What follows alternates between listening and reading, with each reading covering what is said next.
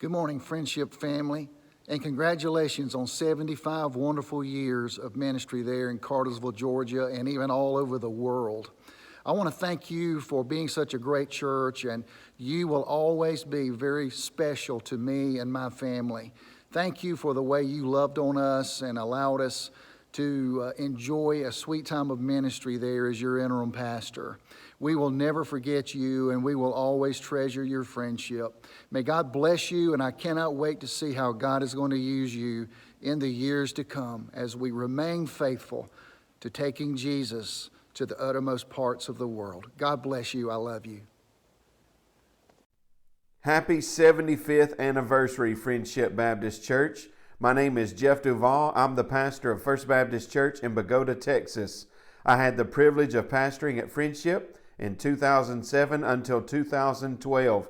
I'm praying that God continues to use Friendship Baptist Church in many and mighty ways for His honor and glory. God bless you.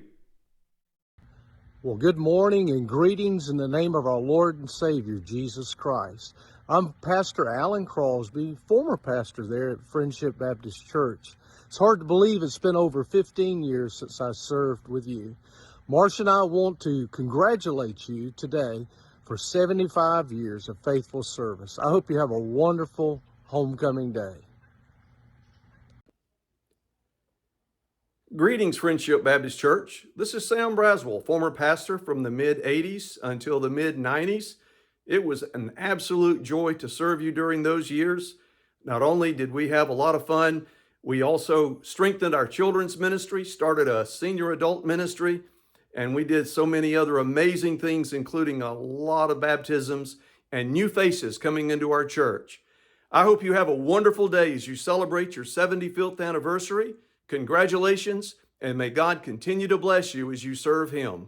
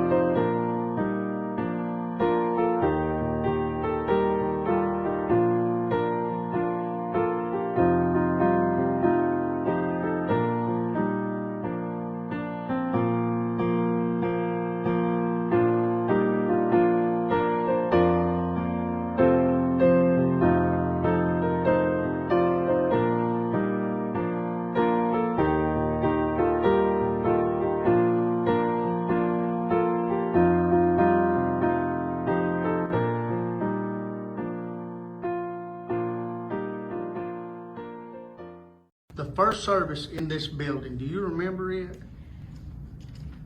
Yes, I came to it. I had just turned 9 years old in February, and we would pass by there on the way on Saturdays, and Mother would say, "Girls, when that church gets finished, we're going to go to that church." Because on her way to work every day, she would see the people out here working, the men out here digging the foundation with a pick. They didn't have all the machinery that we do now. First memories was watching Mr. Weaver digging foundation. We were living on Iron Belt Road, and I could see the church as it went up. I could see out of my kitchen window, and I thought there's no need in us going all the way a few times back all the way to Kingston to Conisina when there's a church in our backyard. My husband and our letters, Royce and my letters were received from Conisina Baptist Church on July the 5th, 1949. Okay. When I was 6 or 7 years old, Grace and Marvin would come out of the house and pick me up. That's And great. they picked me up to come to church too. It was in the 50s. It was 53, 50, Okay. 52, 53, something like that. Okay. The very first Sunday that I came to church, well, I came with my grandparents. They were members here, and I lived just up the road. And I came, and I was in Catherine Edwards Sunday school class. I was 13 years old. I just enjoyed it so much that I just couldn't wait to come back. Been here ever since. Well, I don't know if I remember the first time or not, but I came with Cleo Ponder, who was my mother-in-law. I didn't get to come to church much or to participate because of work. After I retired in 2000, I started helping, around doing things and participating in the clubs and doing whatever I needed to do.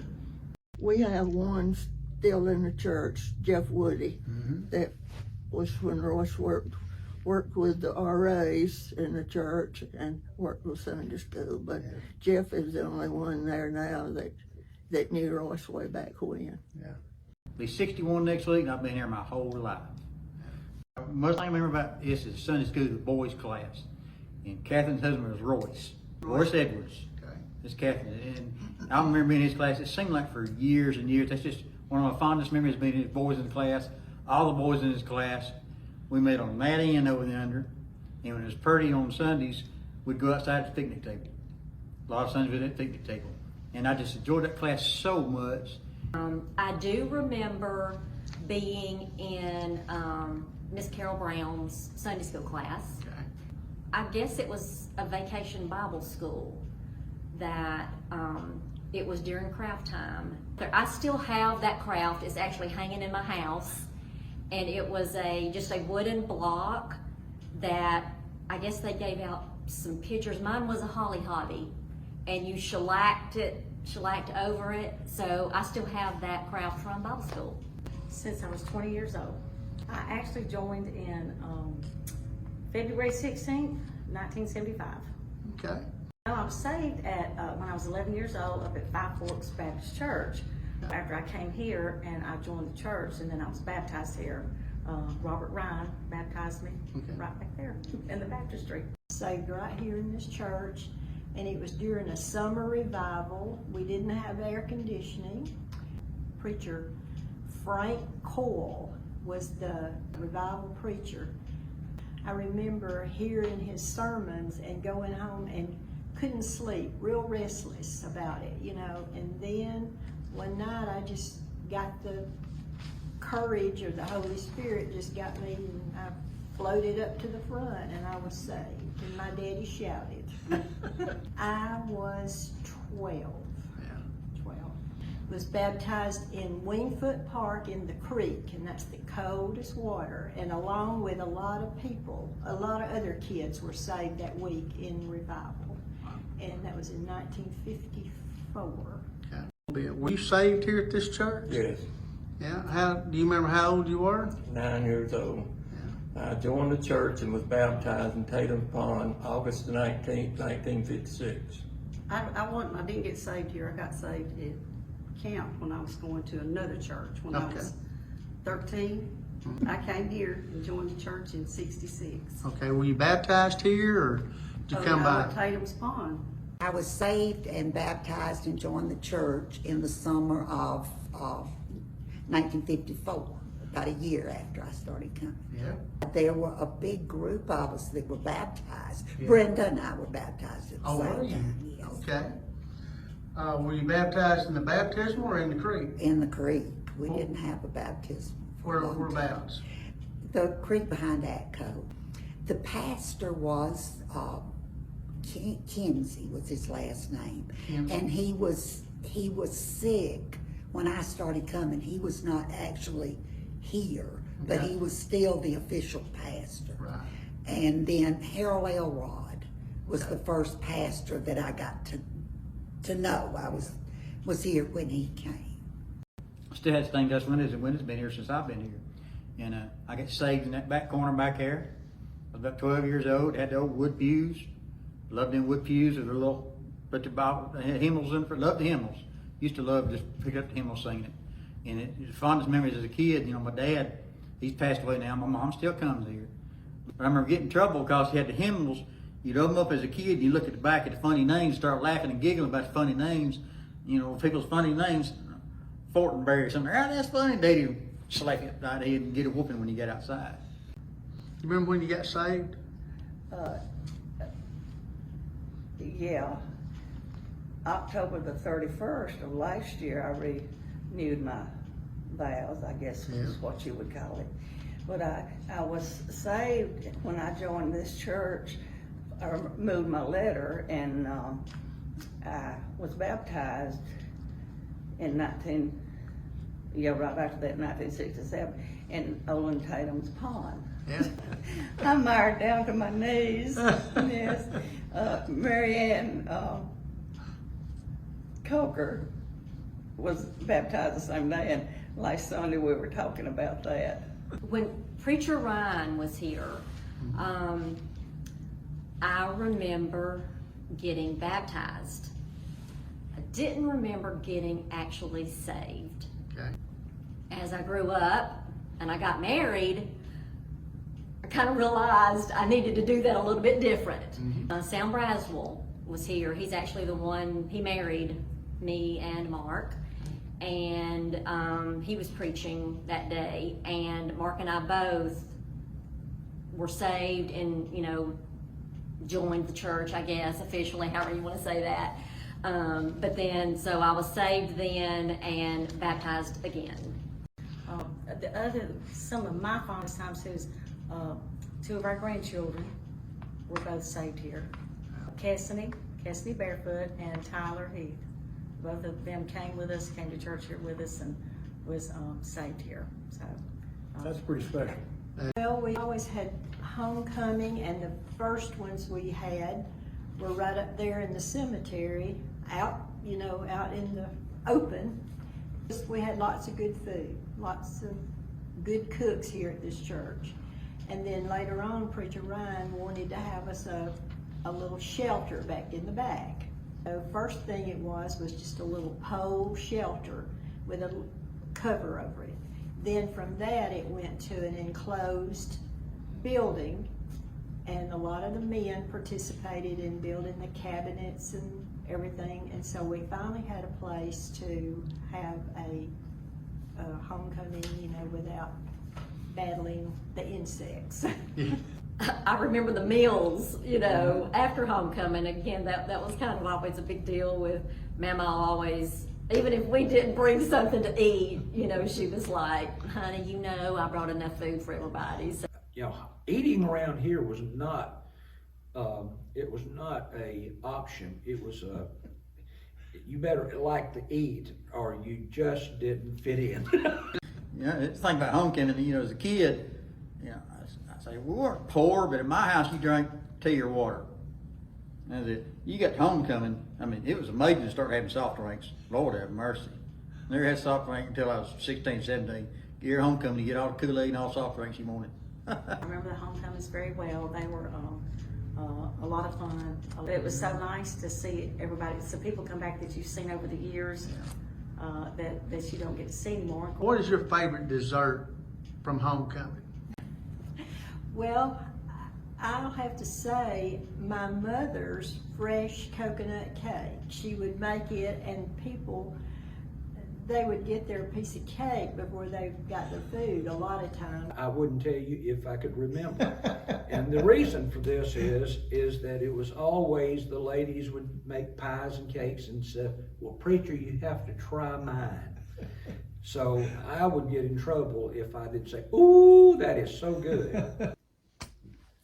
Oh, my favorite to eat was Evelyn Jarrett's cakes.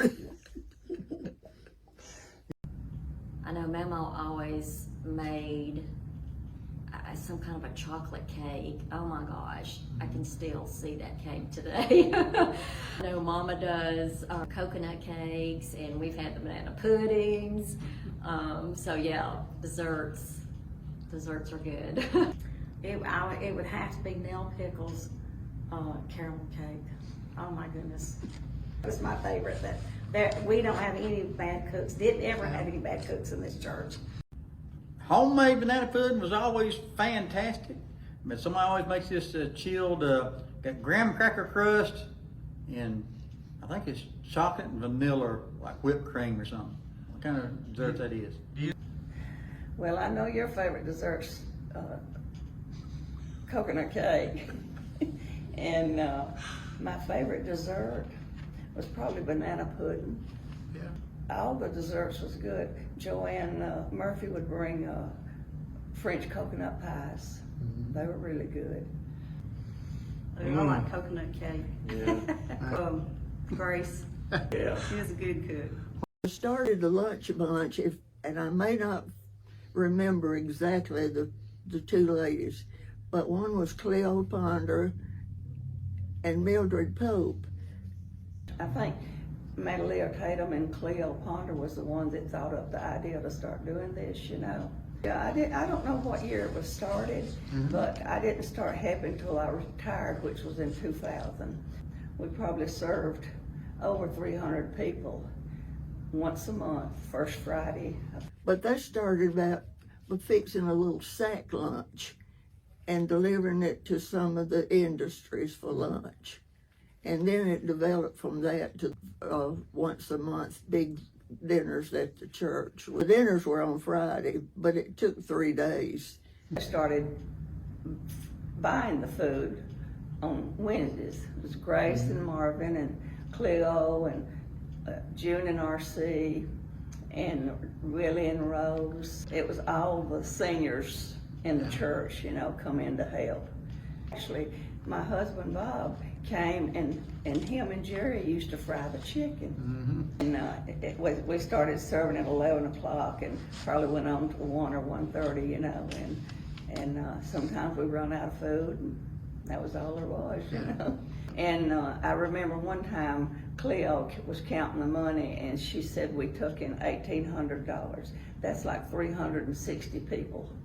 But they did bought a lot of those stoves for the, I think when they started they just had one stove and they bought 2 or 3 more stoves, and whatever was needed with the rest of the money they gave it to whatever was the best. Paul Bowles was our favorite customer. He was always there. Yep, I remember the chicken necks, but we would get the big boxes of chicken, and we put chicken necks aside, especially to be cooked for fall. They would fry me up a platter of chicken necks. I'd end up taking those things back to work and put them in my drawer. I could smell them. I'd pull the drawer of my desk and there's that platter of chicken necks, and I'd eat those things up. The Friday that they had the lunch, I went around and I would sometimes get 25 plate lunches, or the lunch bunch had men to deliver or women to deliver. So they delivered the lunch and it was always the best fried chicken and vegetables you could ask for. Marvin Epps, who was one of my service customers at Winn Pontiac, was talking to me one day and telling me about the chicken dinners that they cooked out here on the first Friday of each month. And then one Friday I got out of there and came out here to see what it was all about. Yeah. And the line not only ran out of the fellowship hall, it was lined up from the serving table, outside, down the wall of the fellowship hall, and then down through the parking lot along the far bank of parking spaces. So I had planned to come and sit down and eat, but that particular day I wound up and took mine on the go because there weren't any spaces. Were you a part of the Joey Club? Yes, I was part of the Joy Club and the Birthday Club. Joy Club and the Birthday Club was sort of the same members, but we'd go out once a month to Shoney's Breakfast Bar for all the birthdays of each month, you know. That was always fun. But then we'd have the Joy Club meetings here. The Joy stood for just older youth. We would have speakers or a singer. One time we had a piano player, and the sheriff came one time and talked to us. And it was just a fun time to get together and enjoy everything, you know. I just enjoyed it. We would go to the apple houses in Ella-J just about every year. I had a friend, she's passed on now, that went to Faith Methodist Church. And I went to a revival with her one night, and I saw that cross, and I thought it was the most beautiful thing. And she said it's hand carved. One of the members there, Gene McMillan, he did wood carving, and he had carved that cross. When the WMU was kind of we did the church when Eric Matheson was here. We needed something over the baptistry, and no, we didn't want a painting or anything like some churches have. So I suggested the cross, and Faith Acker and I were assigned that duty to go and see about getting him to do it. We did, and it took him several weeks to do it, but it's a hand-carved wooden cross. I remember your dad and I remember him standing up and testifying. Was that a normal thing for Olin to do? But now you can ask him for a testimony, he would gladly give it, and he prayed some thundering prayers here at this church, I know. But anyway, that was just him. He loved Friendship Church. And he and Mark Pickle, Nell's husband, were the first two that were baptized from this church. What is your fondest memory of Friendship Baptist Church? Our wedding day. Smart Our wedding man. day was wonderful, yes. I'm gonna tell you, it was really great. We didn't have the wings at that time, and the place was packed, and it was, to me, that was just wonderful to see that many people turn out for our event. With just so many friends and family, and we appreciated them all being here. My little grandson died, and after his funeral, we came back to the church, for a meal, and Grace Epps was standing there at the door with her arms wide open for me, and I just felt like I had come home, everything was gonna be all right, because Grace was there to hug my neck. So that's a very comforting memory. Sometimes when I come on Sunday morning now, I look around, but I think about where people used to sit that have gone on. We were like families, I just loved the church. One Sunday morning, I went into church, and I got such a greeting from a lady there, a neighborly lady that was there in the church, that she greeted me in such a way that I knew she showed me that I was supposed to be there. And that lady was Martha Cornelius' grandmother. Friendship is special to me. Like I said, Mark and I were married here. We were saved and baptized here. Both of my girls were dedicated here. They were saved and baptized here. Sarah got married here also. So those are just big events in my life with Friendship. And I can't think about Friendship without thinking about my mama, sitting right back there, Cleo Ponder. You just feel at home here, and over the years, going through growing up with your kids and all the things that you go through, and the men are wonderful, don't get me wrong, but men minister to women, and just the women of this church have always been so loving and so helpful to the younger women. Wouldn't imagine going anywhere else. It's a church family, and your church family is just as important, to you as your own family, because they they help your family to be what it should be. So it's just always, it's just home. I am just so proud to be a part of this church. I kind of got back to my roots when I joined here.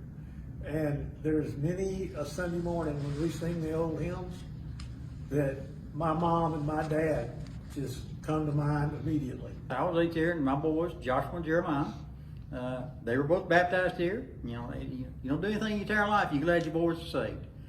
I still say, I've told people this before, it wasn't me, this church helped save them. This church brought them up. My wife is gone now. She loved this church. She always wanted to do something until she couldn't do it physically, but that's, something. I got married in 1983, and that's what I loved about her. First thing I did, she joined my church. And what kind of woman comes, and joins his church the rest of her life? And she became part of this church too. Yeah. I'd just like to say that through the 66 years I've been here, the church has been down, few people like it is now, and it's been up to over 300. And I've had people, when it goes down like that, why don't you go somewhere else? And I say, no, Friendship is home. Just the wonderful people that have been here. People have moved on, people have passed away, but it's just, we've been blessed to have good Christian people here, and just ordinary good people, you know, not salt of the earth kind of people.